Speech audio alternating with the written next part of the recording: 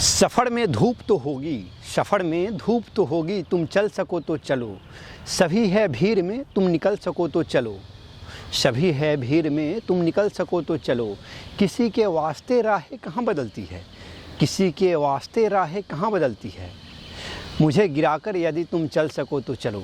नमस्कार, आदाब, सत श्री अकाल, गुड मॉर्निंग। मैं Manish Kumar the free voice के डिजिटल प्लेटफॉर्म पे आप सभी का स्वागत है।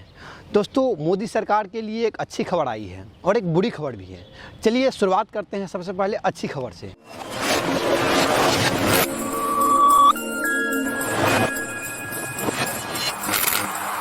दोस्तों, अच्छी खबर मोदी सरकार के लिए है क्योंकि मोदी सरकार के कार्यकाल के दौरान जो गरीबी दर है घटी है। क्योंकि 2011 में जितनी गरीबी दर थी और 2019 में गरीबी दर थी, उसमें 12.5% का डिफरेंस देखा गया है।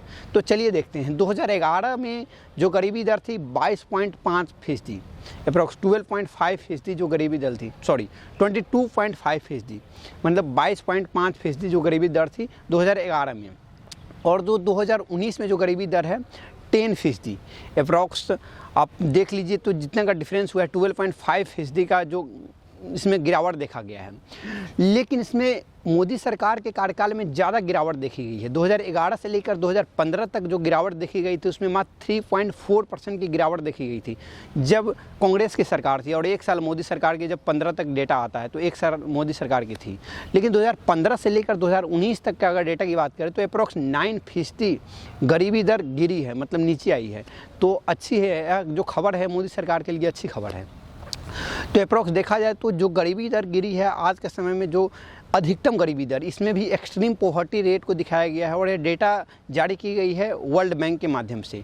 वर्ल्ड बैंक एक ऑर्गेनाइजेशन है, इंटरनेशनल ऑर्गेनाइजेशन, यूएन के अंदर आती है, यूनाइटेड नेशन के अंदर आती है, उसके अंदर वर्ल्ड बैंक आती है। वर्ल्ड बैंक ने इस डेटा को जारी किया है। तो इसमें जो गरीबी दर गिरने का जो मुख्य कारण बताई गई है, इसमें बताया गया है कि एक और जो कारण है, सबसे पहले एक और पॉइंट यहाँ पे ऐड कर देते हैं। हर साल, मतलब 2013 से लेकर 2019 के बीच में हर साल जितने भी फार्मर्स थे, जो स्मॉल फार्मर्स थे, जिनके पास अपना क्षेत्र नहीं था जिस पे वो खेती कर सके, अपना लैंड नहीं था, वैसे फार्मर्स की जो आय है वो भी 10% हर साल बढ़ी है। पर ईयर 10% उनकी आय में वृद्धि देखी गई है 2013 से लेकर 2019 के बीच में। ये भी एक अच्छी खबर है। लेकिन अगर वहीं बढ़ने का जो कारण बताया गया है कि जो दिहाड़ी मजदूरी जो लोग करते हैं, क्योंकि दिहाड़ी मजदूरी से उनको जो रोज़गार मिला और उनसे रोज़गार मिला, उस रोज़गार के बदौलत तो कुछ खरीद पाए, तो फिर इसी से पॉवर्टी रेट घटी है, जो गरीबी दर इसी के कारण घटी है। क्योंकि 2013 में एक जो योजना आया था, एक स्कीम आई थी मनरेगा, महात्मा गांधी नेशनल रोज़गार योजना, उसके तहत जितने भी मज़दूर हैं उनको अनस्किल्ड लेबर है, जो कि कोई स्किल उनके पास नहीं, उनको 100 दिन का रोज़गार दिया जाता है साल में भर में। तो ऐसे स्कीम से मोदी सरकार को बहुत ज़्यादा फ़ायदा हुई है। ऐसे स्कीम लॉन्च की गई थी कांग्रेस के समय में 2013 में। लेकिन 2014 अब तक, जो 2019 तक, यह बढ़ते बढ़ते इससे अच्छी खासी वृद्धि देखी गई है, गरीबी में गिरावट देखी गई है। इसी कारण जो दिहाड़ी मजदूर बढ़ी है, दिहाड़ी मजदूरी में बढ़ोतरी हुई है, इसी कारण जो गरीबी दर है इसमें भी कमी देखने को मिल रही है। और इसके बहुत सारे फैक्टर हैं, लेकिन यहाँ पे एक मेंशन किया गया है वास्तविक तौर पे। अगर डेटा की बात करें तो 1993 से लेकर 2004 के बीच में जो 3.4%, 1.8% जो दिहाड़ी मजदूरी लोग करते थे, वहीं 2004 से लेकर 2014 के बीच में जो दिहाड़ी मजदूरी बढ़ के आ गया 8.6%। मतलब जो पहले लोगों को रोज़गार नहीं मिलता था, अब रोज़गार मिलने लगा तो गरीबी भी घटने लगी। तो यह डेटा दिया गया है वर्ल्ड बैंक के माध्यम से, जो विश्व बैंक है उसके माध्यम से डेटा जारी किया गया है। अब आते हैं दोस्तों, आज का जो एक निगेटिव है, मतलब जो मोदी सरकार के लिए अच्छी खबर नहीं है, उस पर थोड़ा नज़र डालते हैं। देखिए, वह जो एक डेटा ये है, लर्निंग पॉवर्टी के आंकड़े बताया गया कि लर्निंग पॉवर्टी घटी है भारत में, बढ़ी है। लर्निंग पॉवर्टी बढ़ने का मुख्य कारण बताया गया है कि जिस तरीके से कोविड के दौरान, अब लर्निंग पॉवर्टी के बारे में पहले बता देते हैं हम। लर्निंग पॉवर्टी जो वर्ल्ड बैंक है और यूनेस्को से उन्होंने डेटा लिया है, United Nation educational, scientific and cultural organization से डेटा लिया है वर्ल्ड बैंक ने। तो जो लर्निंग पॉवर्टी है, लर्निंग पॉवर्टी ये कहने का मतलब जो भी बच्चे 10 साल से कम उम्र जिनकी रहती है, पैमाना होता है किसी भी चीज़ का नापने का, तो यहाँ मापने का पैमाना रखा गया है ऐसा।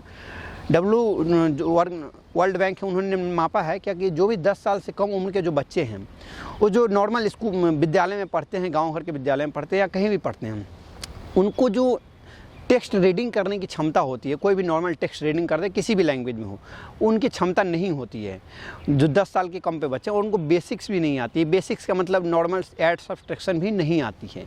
एक सर्वे हुआ था कुछ दिन पहले, उसी का एसर की रिपोर्ट है, एनुअल रिपोर्ट ऑफ एजुकेशन, उसमें एक बताया गया है कि एक 100 बच्चों में एक सर्वे किया गया। उस सर्वे में पाया गया कि 100 बच्चों में ओनली 24% जो बच्चे हैं, 2018 की डेटा है, मतलब कोविड आने से पहले की अगर डेटा की बात करें तो 2018 में बताया गया कि 100 बच्चे में मात्र 24% बच्चे हैं जो नॉर्मल सब्ट्रैक्शन ऐड कर लेते हैं, जोड़ घटाव कर लेते हैं। लेकिन 2019 में जब यह कोविड ख़त्म हुई उसके बाद यह डेटा ख़त्म होकर आ गई है 16% घट के आ गई। 16% ही ऐसे बच्चे हैं जो कि नॉर्मल उनको बेसिक्स मैथ भी से आती है।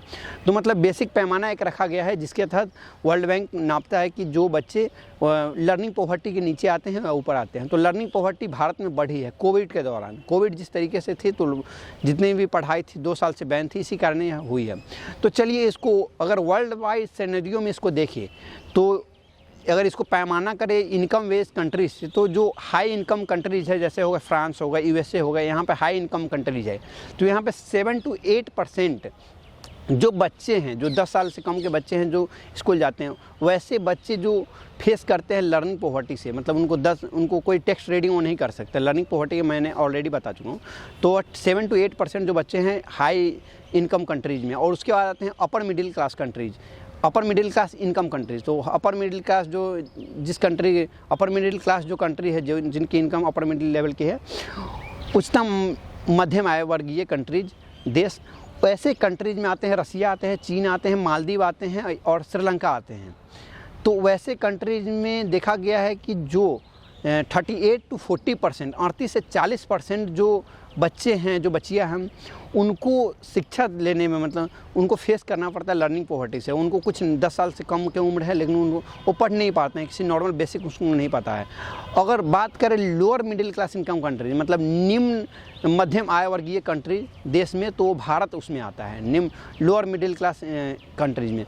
तो उसमें लोअर मिडिल क्लास कंट्री में भारत की रैंक है, भारत उसमें रैंक करता है। तो उसमें जो उसमें अप्रॉक्स 46 to 57% जो बच्चे हैं, अप्रॉक्स 60% जो बच्चे या बच्चियाँ हैं, उनको बेसिक्स नहीं आती है, वो बेसिक्स नहीं पढ़ पाएंगे। मतलब लर्निंग पॉवर्टी बढ़ी है अगर देखा जाए। अगर इसका होल ओवर अगर परिभाषा अगर समझना चाहें तो कोविड से पहले 53% जो बच्चे थे, मतलब 53% जो बच्चे थे, उनको जो बेसिक्स होते हैं जो पढ़ने नहीं आते थे, उनको जो बेसिक्स जो लर्निंग पॉवर्टी का जो पैमाना है उसके तरह से वह फेल थे। मतलब उस 24% जो बच्चे थे कोविड से पहले की बात बोल रहे हैं। लेकिन आज के संदर्भ में देखें तो कोविड के बाद 2019 की बात करें तो अप्रोक्स 70% बच्चे ऐसे हैं जो कुछ बेसिक उनकी पता नहीं, उनको बेसिक उनकी फिर नीचे आ गए, उनका जो डिमोलेशन हुआ, मतलब उनके में गिरावट देखी गई है, लर्निंग पॉवर्टी में गिरावट देखी गई है। 70% बच्चे ऐसे जो नहीं कुछ पढ़ पा रहे हैं, भारत की बात कर रहे हैं संदर्भ में अगर देखें तो।